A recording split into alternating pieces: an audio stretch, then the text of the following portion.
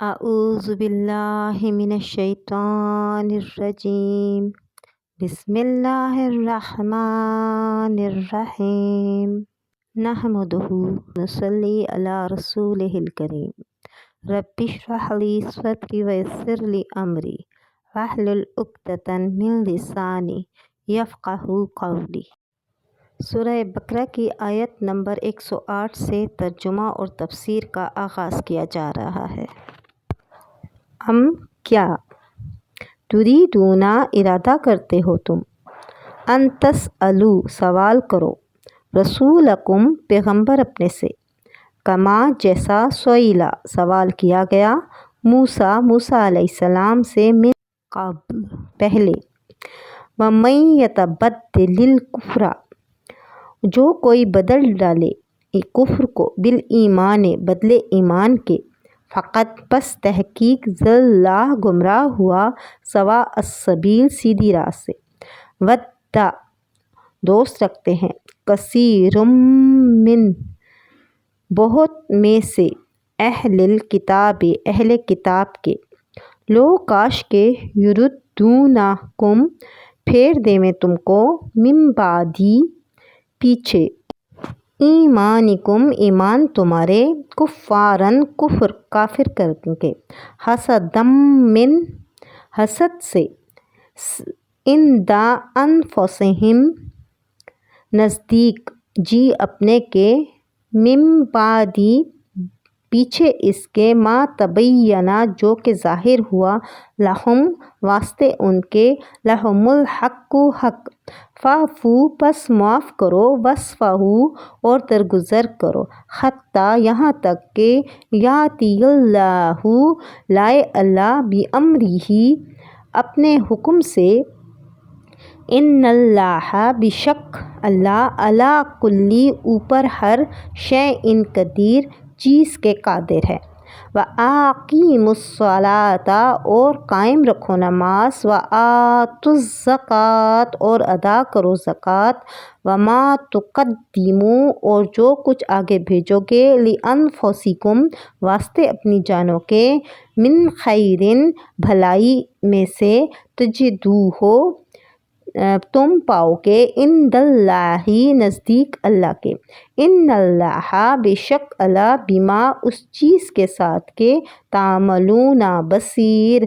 کرتے ہو تم دیکھنے والا ہے، وقالوا اور کہا انہوں نے، لن يدخل الجنۃ کہ ہرگز نہ داخل ہوگا جنت میں، الا مگر، من کانا جو کوئی ہوگا، ہدن یہودی، او نصارا یا عیسائی، تلک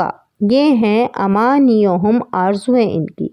قل ہاتوا کہہ لاؤ تم، برہانکم دلیل اپنی، ان کنتم اگر ہو تم صادقین سچے، بلا بلکہ، من اسلم جو شخص سونپ دے، وجہہ منہ اپنا، للہ واسطے اللہ کے، وہو اور وہ محسن نیکی کرنے والا ہو، فلہ پس واسطے ہے اس کے، اجرہ ثواب اس کا، عند نزدیک ربہ اس کے پروردگار کے، ولا خوف اور نہیں ڈر رہے ہیں، علیہم اوپر ان کے، ولا ہم اور نہ وہ، یحزنون غمگین ہوں گے، وقالت الیہود اور کہا یہودیوں نے، لیست النصارى نہیں ہے عیسائی، علی شیء اوپر کسی چیز کے، شیء وقالت النصارى اور کہا نصارہ یعنی عیسائیوں نے، لیست الیہود نہیں ہے یہودی، علی شیء اوپر کسی چیز کے، شیء وہم یتلون اور وہ پڑھتے ہیں، نل کتاب، کذالک اسی طرح، قال الذین کہا ان لوگوں نے جو، لا نہیں، یعلمون جانتے، مثل مانند قولہم ان کی بات کے، فاللہ پس اللہ، یحکم حکم کرے گا، بینہم درمیان ان کے، یوم القیامۃ دن قیامت کے، فیما بیچ اس چیز کے، کانو تھے فیہی بیچ اس کے، یختلفون جو کہ اختلافات کرتے۔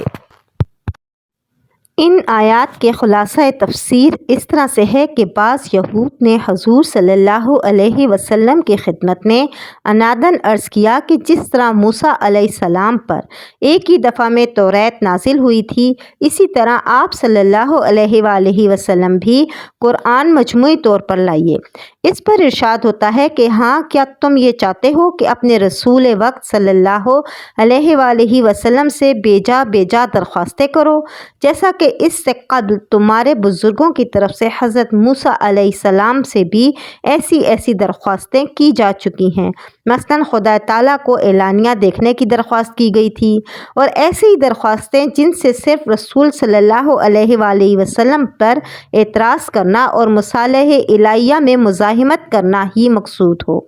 اور ایمان لانے کا پھر بھی ارادہ نہ ہو، نری کفر کی باتیں ہیں، اور جو شخص ایمان لانے کی بجائے کفر کی باتیں کرے، بلا شک وہ شخص راہ راست سے دور جا پڑا ہے۔ اس درخواست کو بیجا اس لیے بھی فرمایا گیا ہے کہ ہر فعل میں اللہ تعالیٰ کی حکمتیں اور مصلحتیں جدا جدا ہوتی ہیں۔ بندے کو اس میں تعین طریق کا کیا حق ہے کہ وہ کہے کہ یہ بات اس طرح ہو یا اس طرح ہو؟ اس کا کام تو صرف اور صرف اوبیڈینٹ ہونا چاہیے کہ اس نے اوبے کرنا ہے اور فرما برداری کرنی ہے۔ بعض یہود شب و روز مختلف تدبیروں سے دوستی اور خیر خواہی کے پیرایہ میں مسلمانوں کو اسلام سے پھیرنے کی کوششیں کیا کرتے تھے، اور باوجود ناکامی کے اپنی دھن سے باز نہ آتے تھے۔ حق تعالیٰ نے مسلمانوں کو اس پر متنبہ فرمایا دیا کہ اے اہل کتاب یعنی یہود میں سے بتیرے دل سے تو یہی چاہتے ہیں کہ تم کو تمہارے ایمان کے پیچھے پھیر کر دوبارہ کافر کر ڈالیں، اور یہ چاہنا کوئی خیر خواہی سے نہیں جیسا کہ وہ اظہار کرتے ہیں، بلکہ محض حسد کی وجہ سے جو کہ تمہاری جانب سے کسی امر کے سبب پیدا نہ ہوا ہو، بلکہ خود ان کے دلوں ہی میں جوش مارتا ہے۔ اور یہ بھی نہیں کہ ان کو حق واضح نہ ہوا ہو، بلکہ حق واضح ہوئے پیچھے یہ حالت ہے کہ اب اس پر مسلمانوں کو ان پر غصہ آنے کا محل تھا، اس لیے ارشاد ہوتا ہے کہ خیر اب تو معاف کرو اور درگزر کرو جب تک حق تعالیٰ اس معاملے کے متعلق اپنا حکم قانون جدید بھیج دیں۔ اشارتاً بتلا دیا گیا ہے کہ ان کی شرارتوں کا علاج قانون انتظام امن عام یعنی قتال و جزیہ سے ہم جلد کرنے والے ہیں۔ اس پر مسلمانوں کو اپنا ضعف اور ان کی قوت دیکھ کر اپنے قانون کی اجرا کے متعلق تعجب ہو سکتا تھا، اس لیے ارشاد فرمایا ہے کہ تم تعجب کیوں کرتے ہو؟ اللہ تعالیٰ ہر چیز پر خواہ وہ معمولی ہو خواہ عجیب ہو قادر ہے، اور سردست صرف نماز پابندی سے پڑھتے جاؤ، اور جن پر زکوٰۃ فرض ہے زکوٰۃ دیے جاؤ، اور جب وہ قانون آ جائے گا ان اعمال صالح کے ساتھ اس کا بھی اضافہ کر لینا، اور یہ نہ سمجھو کہ جب تک جہاد کا حکم نہ آئے صرف نماز روزہ سے کچھ ثواب میں کمی رہے گی، نہیں بلکہ جو نیک کام بھی اپنی بھلائی کے واسطے جمع کرتے رہو گے، حق تعالیٰ کے پاس پہنچ کر اس کو پورا محصلہ کے پالو گے، کیونکہ اللہ تعالیٰ تمہارے سب کیے ہوئے کاموں کی دیکھ بھال کر رہے ہیں، ان میں ایک ذرہ بھی ضائع نہیں ہونے پائے گا۔ اور یہود و نصارہ یوں کہتے کہ بہشت میں ہرگز کوئی نہ جانے پائے گا بجز ان لوگوں کے جو یہودی ہوں، یہ تو یہودیوں کا قول تھا، یا ان لوگوں کا جو نصرانی ہوں، یہ نصارہ کا قول ہے۔ حق تعالیٰ اس کی تردید فرماتے ہوئے ارشاد فرماتے ہیں کہ یہ خالی دل بہلانے کی باتیں ہیں اور حقیقت کچھ بھی نہیں ہے۔ آپ صلی اللہ علیہ وآلہ وسلم ان سے یہ تو کہیے کہ اچھا اپنی دلیل لاؤ اگر تم اس دعوے میں سچے ہو۔ سو وہ تو کیا دلیلیں لائیں گے کیونکہ کوئی دلیل ہے ہی نہیں۔ اب ہم اس کے خلاف پہلے تو یہ دعویٰ کرتے ہیں کہ ضرور دوسرے لوگ بھی جنت میں جائیں گے، پھر اس پر دلیل لاتے ہیں کہ ہمارا قانون جو با اتفاق سماوی ملتوں کے ماننے والوں کے پایہ ثبوت کو پہنچ چکا ہے، وہ یہ ہے کہ جو شخص بھی اپنا رخ اللہ تعالیٰ کی طرف جھکا دے، یعنی اعمال و عقائد میں فرما برداری اختیار کرے، اور اس کے ساتھ وہ مخلص بھی ہو کہ فرما برداری دلی طور پر اختیار ہو، محض مصلحت سے زارداری سے نہ ہو، تو ایسے شخص کو اس کی فرما برداری کا عوض ملتا ہے پروردگار کے پاس پہنچ کر، اور ایسے لوگوں پر قیامت میں نہ کوئی اندیشہ ناک واقعہ پڑنے والا ہے اور نہ ہی ایسے لوگ اس روز مغموم ہونے والے ہیں۔ کیونکہ فرشتے ان کو بشارتیں سنا کر بے فکر کر دیں گے۔ حاصل استدلال تو یہی ہوا کہ جب یہ قانون مسلم ہے تو اب صرف یہ دیکھ لو کہ یہ بات کس پر صادق آتی ہے۔ سو ظاہر ہے کہ کسی حکم سابق کے منسوخ ہو جانے کے بعد اس پر عمل کرنے والا کسی بھی طور فرمانبردار نہیں کہلایا جا سکتا۔